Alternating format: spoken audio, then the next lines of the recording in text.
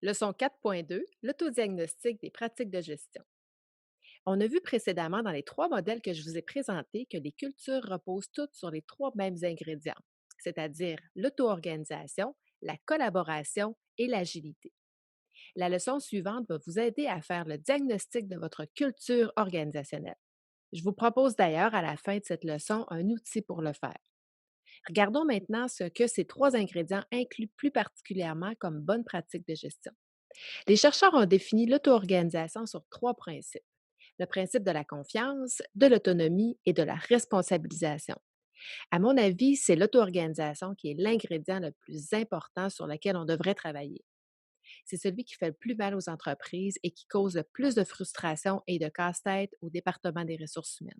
Au niveau de la collaboration, on dit que les entreprises qui vont se démarquer par une saine collaboration sont celles qui vont réussir à comprendre, à être empathiques au comportement, aux gens, celles qui vont valoriser l'équité, la diversité, le bien-être, la transparence, l'intelligence collective et le droit à l'erreur. C'est également celles qui vont savoir donner de la reconnaissance, bien écouter et communiquer. Je vais y revenir d'ailleurs dans les prochaines leçons. L'agilité, c'est un terme qui est assez mal compris. Je vais d'ailleurs vous donner quelques définitions dans une prochaine leçon.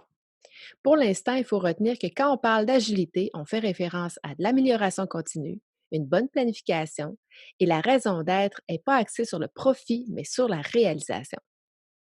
Voici un premier outil que vous pouvez utiliser pour faire l'analyse de votre culture de gestion.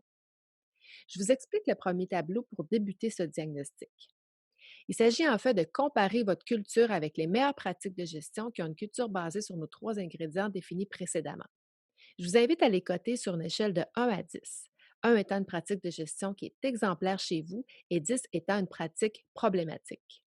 Une fois ça fait, vous pourrez, en fonction des résultats, cibler trois pratiques prioritaires sur lesquelles vous pouvez vous investir en précisant pourquoi elles sont problématiques, quels sont vos paradigmes de gestion face à ces pratiques et quelle serait la situation idéale. Je vous conseille quand même de faire cet exercice attentivement parce qu'on va utiliser ce tableau dans le prochain module. Prenons l'exemple où j'ai été sollicitée par Julie, ma directrice générale, pour revoir les pratiques de gestion dans une entreprise manufacturière de production de portes et fenêtres.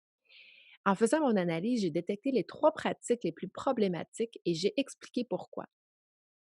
La première pratique, c'est qu'on ne fait pas assez confiance. Les employés ont peu de liberté pour prendre des décisions. Dans un autre ordre d'idée, on détecte des problèmes d'efficacité et un manque d'autonomie de nos employés. Je constate depuis quelque temps, et on m'a aussi rapporté que les employés ont peur de faire des erreurs. J'ai également remarqué depuis quelque temps que les employés se plaignent et semblent frustrés. Mais pour moi, c'est difficile à dire et d'expliquer les causes exactes.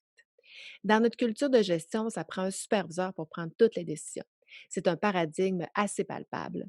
Dans une situation idéale, les employés auraient la liberté pour prendre les décisions concernant leurs activités. En fait, on appliquerait le principe du qui fait, c'est. Je vous donne ce premier exemple, mais je vous invite à répondre de la même façon pour les deux autres problématiques que vous avez ciblées. Vous pourrez trouver ces deux documents joints à la formation.